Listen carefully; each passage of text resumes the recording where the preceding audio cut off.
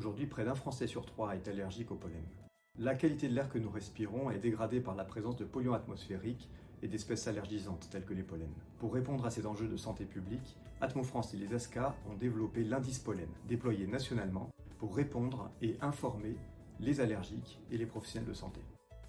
On s'est aperçu que la saison pollinique commence de plus en plus tôt, se termine de plus en plus tard. Pendant la saison pollinique, le pic de pollen a augmenté de façon très sensible au cours presque des 20 dernières années. À l'image de l'indice Atmo pour la qualité de l'air, l'indice pollen répond à un besoin public. Être informé quotidiennement sur la présence de pollen dans l'air, avec des données à l'échelle communale, pour le jour J et les 2 jours suivants. Si je vis au centre d'une grande ville, je n'aurai pas la même exposition que si je vis dans une commune plus rurale. L'information de cet indice pollen à l'échelle de la commune est pertinente. Grâce à leur expérience de surveillance et de prévision, les ASCA, associations agréées pour la surveillance de la qualité de l'air, ont développé une méthodologie d'intelligence artificielle basée sur des modèles statistiques, des mesures de pollen, des prévisions météo et des données issues de Copernicus, qui est le programme européen pour l'observation de la Terre.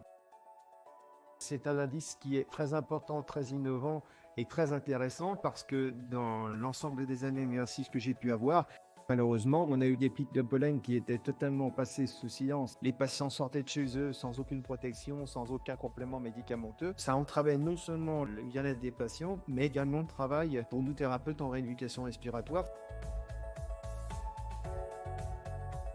L'indice pollen étudie et présente actuellement 6 types de pollen que l'on appelle taxons.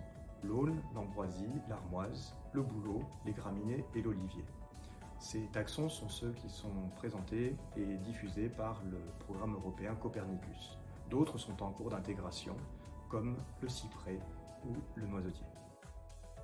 L'indice se traduit en pictogrammes selon 6 seuils, de très faibles à extrêmement élevés, identifiables selon les mêmes couleurs que celles de l'indice Atmo.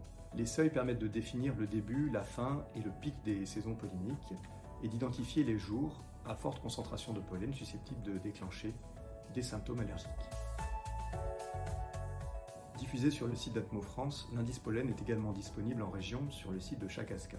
Il est représenté par des cartes, l'une nationale, les autres régionales, où l'on est invité à naviguer et à pointer directement la commune recherchée.